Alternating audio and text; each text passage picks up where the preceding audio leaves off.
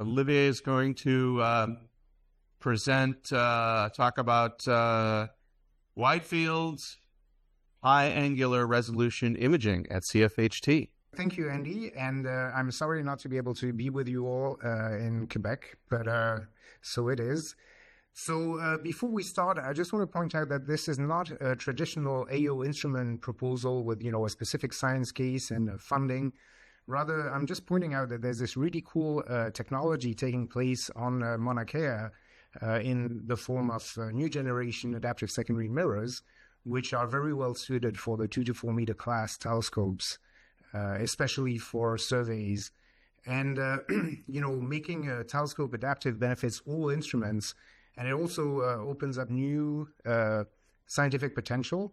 It's kind of striking that CFHT is almost the only telescope on Mauna Kea without AO, so kind of missing out on an advantage of being on the best site on Earth with respect to seeing, which, of course, adaptive optics benefits from. So what I'm proposing is more an idea for a facility, a telescope upgrade to make it more efficient, reliable, and versatile. And there is a white paper which describes this concept. But there are no specific examples of astrophysical applications. So if this is something that you think your astrophysical scientific case might benefit from, don't hesitate to read the white paper. There's a QR code at the end of the presentation, and get in touch with us. So, of course, many smaller telescopes, such as CFHT, have remained very productive by specializing in niche science, wide field imaging and spectral polarimetry. But improving the image quality benefits every science case, either in the confusion limit or for signal to noise or for morphology identification. And so there are these new adaptive secondary mirrors, second generation. The one had its first light at IRTF, the first prototype, last year, and we're working on a second one for the 88-inch. And the big advantages are that they're reliable, sturdy, and easy to use, and they would allow making a telescope fully adaptive in the sense that you just benefit from improved image quality wherever you're pointing. And so, as I just mentioned, Mauna Kea seeing is known to be excellent, and it's exceptional for all flavors of AO, whether wide field or chronography or you name it. And so, if this goes ahead, we'll find a better acronym for the wide field high angular resolution imaging idea. But one thing to keep in mind is that reducing the étendue or the NEA on the PSF would increase the point source sensitivity to that of a 5.5 meter telescope, or up to 7 meters if we could implement an elastic focal plane, which I'll come to, and Emmanuel Bertin will speak of more in detail after me. So one thing we know is that GLAO performance works on Mauna Kea. We have demonstrated this with the IMACA prototype at the UH88-inch. And, basically there is a gain of a factor of 2 in fully path max and in noise equivalent area. The PSFs are a little bit broader, but basically you get, half the resolution. And what we found is that GLAO correction is surprisingly achromatic. You get, good correction all the way down into the visible, even with this low water system, which had only 36 electrodes. The field here is 10 by 10 arc minutes, and the guide field is 30 arc minutes. This will be important when we talk about system for CFHT later. So I mentioned these adaptive secondaries. So we've been working with the Dutch company TNO on the development of these mirrors based on a new type of actuator. And as I mentioned, the first light of the first prototype took place last year at the IRTF telescope. You can see the PSF obtained on the first half of the first night in closed loop with a mirror installed that day. You can see the picture in the middle down here. And we're developing a larger prototype for the IMACA system on the 88-inch. I'm showing this slide very rapidly just because you can see the beautiful 630 millimeter 210 actuator mirror on the right side there. Essentially, what makes these mirrors so much more reliable is that you get about 10 times the force for 10 times less power. So you don't need cooling and glycol going over your primary mirror. You can mount the face sheet directly to the actuators, and it can be thicker, so they're not super fragile. So anyway, this is what's enabling all this this very cool developments. Now, if you have an adaptive secondary, you need to control it. So you need a wavefront sensor, and there's many possible options. For wide field ground layer adaptive optics, we're developing a wide field wavefront sensor, which works on natural guide stars, but it does provide some field dependence on the IQ, especially near the North Galactic Pole. But there are other options, such as fixed Rayleigh beacon constellations, which offer 100% sky coverage with uniform image quality and are slightly more complex, although they also have their own flavor of adaptive optics attached to them.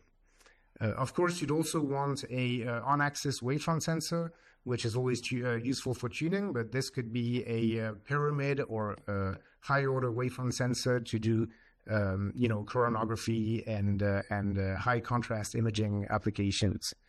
Having these mirrors on the IRTF and 88-inch is great because we're learning how to use them effectively, and we see the benefits that can be gained from, for all the telescopes by having this improved image quality. Now, I'll go over this very, very quickly because Emmanuel is talking about it later. Basically, this idea of DanceCam is to use short exposure video sequences and machine learning to provide, improved image quality. And I just want to point out that with GLAO, you correct more than half the seeing. So this technique would actually help very well. We need to develop more simulations to show how much. But the numbers, the rough orders of magnitude show that it's close to ideal for a 3.6 meter telescope. Now, all this may sound a little bit familiar, and it probably is because in 2012 we proposed a similar concept with the GLAO for the ground layer, which we have now demonstrated at the 88-inch.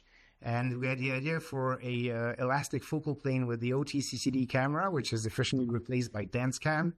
And we've also talked about dome venting, and we made some progress with that, where we're developing turbulence sensors. You can see a movie of turbulence inside the CFHT dome that we obtained last year with our TurbiCam.